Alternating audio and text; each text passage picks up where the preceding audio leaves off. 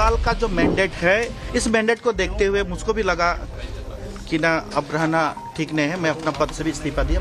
जो ममता करेगी मैं उनका साथ दूंगा, ममता को साथ है, पार्टी फार्टी नहीं समझते हम। डराओ धमकाओ, पार्टियों को तोड़ो, ये प्रधानमंत्री जी का फॉर्मूला है। अगर सच कहना बगावत है तो समझो मैं भी बागी हूँ।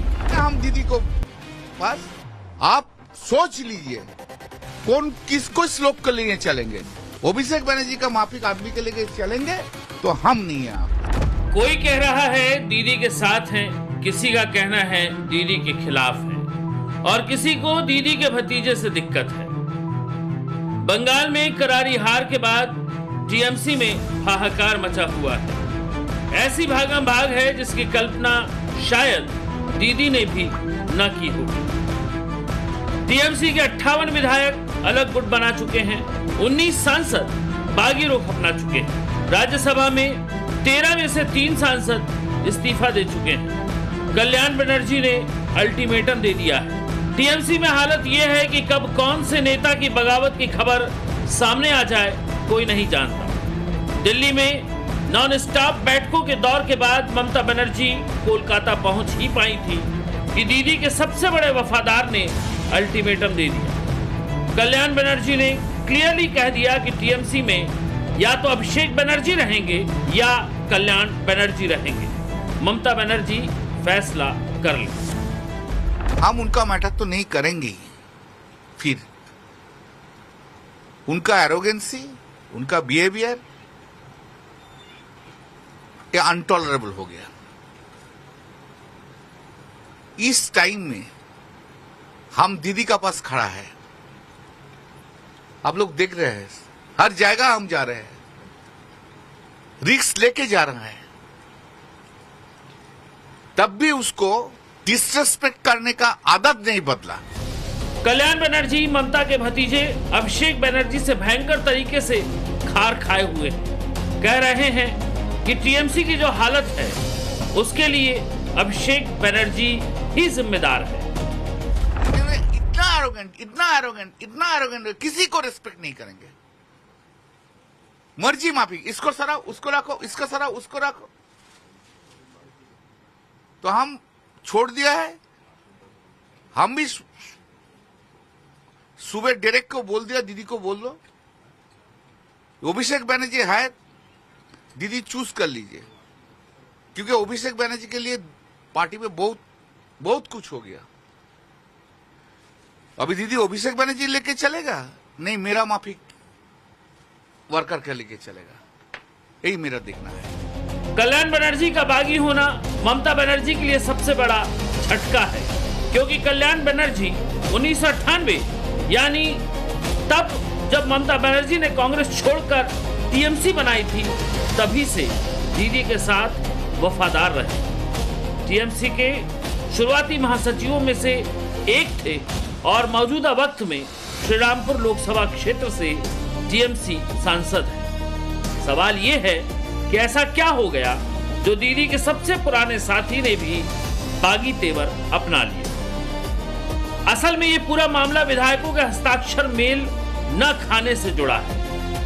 इस मामले में आज कलकत्ता हाईकोर्ट में सुनवाई थी, लेकिन उससे पहले ही फर्जी दस्तावेज के मामले में कल्याण बनर्जी को बतौर वकील रातों रात हटा दिया और कल्याण बनर्जी को बताया तक नहीं। इसी के बाद कल्याण बनर्जी का गुस्सा फूटा है और बात यहां तक आ गई कि कल्याण बनर्जी ने साफ कह दिया कि टीएमसी में या तो वो रहेंगे या अभिषेक बनर्जी। अभिषेक बनर्जी ने डिसरेस्पेक्ट किया है, पार्टी ने नहीं डिसरेस्पेक्ट किया है। पार्टी का अलग मैटर नहीं कर रहा है। अभी उदयन गो का मैटर किया, 2 मैटर किया, अलग का मैटर कर रहा है। पार्टी तो अभिषेक नहीं है, पार्टी तो अलग है। इसलिए हम दीदी को बस आप सोच लीजिए कौन किसको श्लोक के लिए चलेंगे। अभिषेक बनर्जी का माफिक आदमी के लिए चलेंगे तो हम नहीं है आपका साथ। कल्याण पहले टीएमसी नेता नहीं है जिन्होंने अभिषेक बनर्जी पर सवाल उठाए।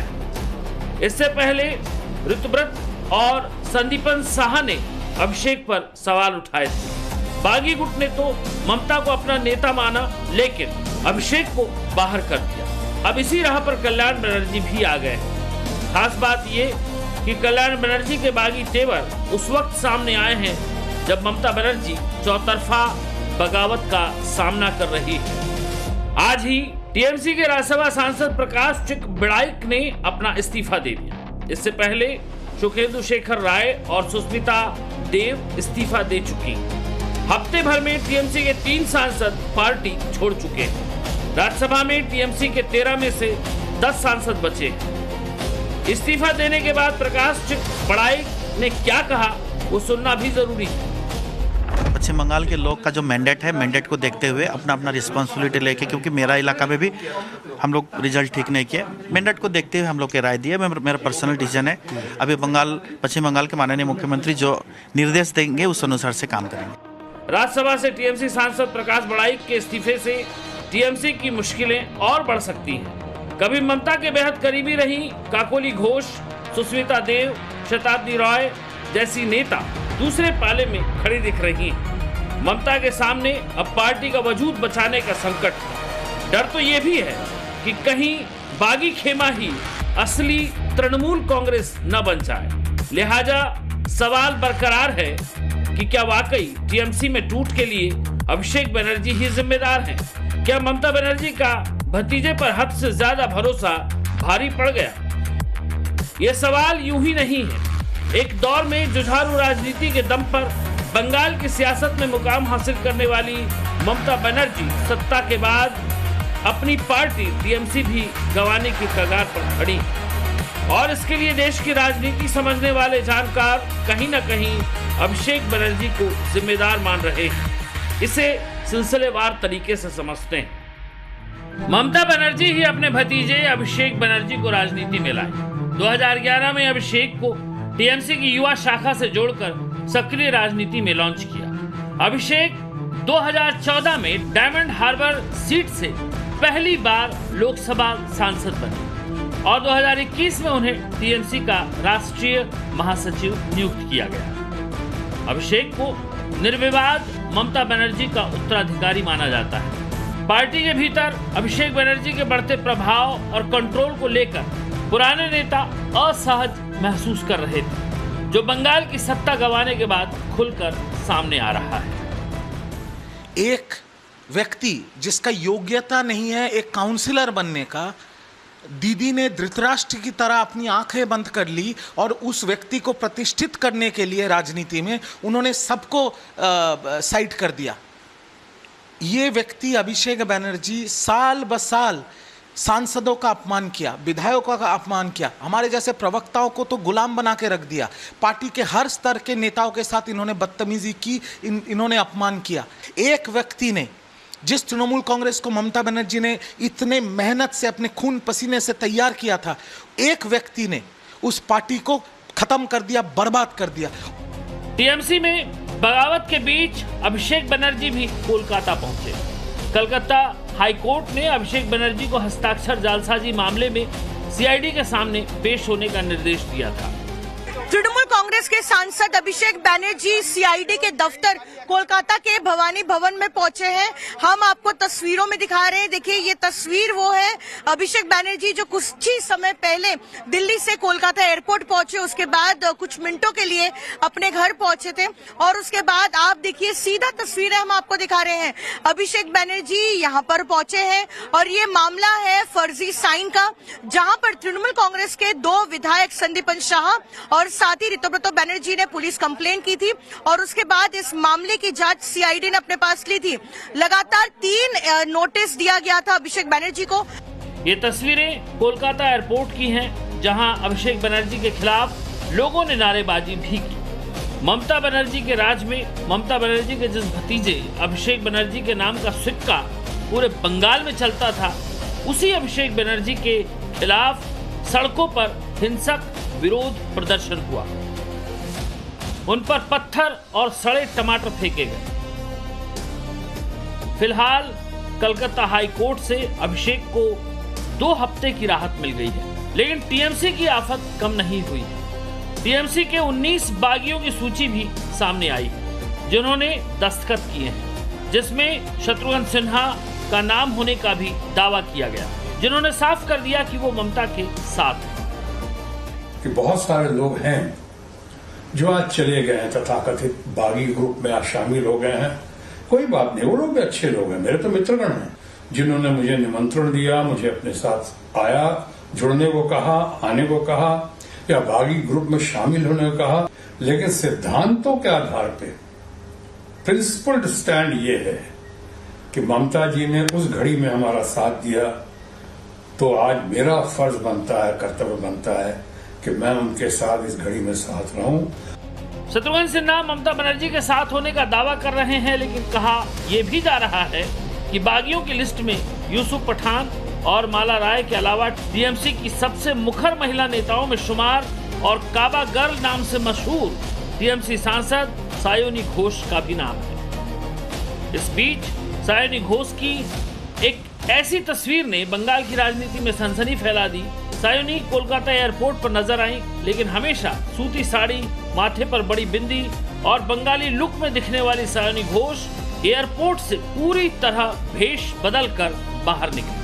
उन्होंने साड़ी की जगह जीन्स और टी शर्ट पहन रखी थी। आंखों पर बड़ा काला चश्मा था, सिर पर टोपी और चेहरे को पूरी तरह से मास्क से ढक रखा था।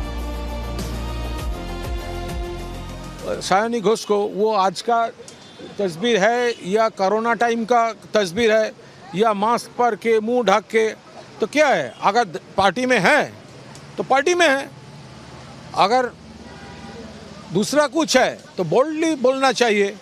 ये मुंह छुपा कर जाने का मेरे ख्याल से वो कोरोना टाइम का कोई पिक्चर होगा, नहीं तो ऐसा बिहेव कोई नॉर्मल आदमी नहीं करेगा।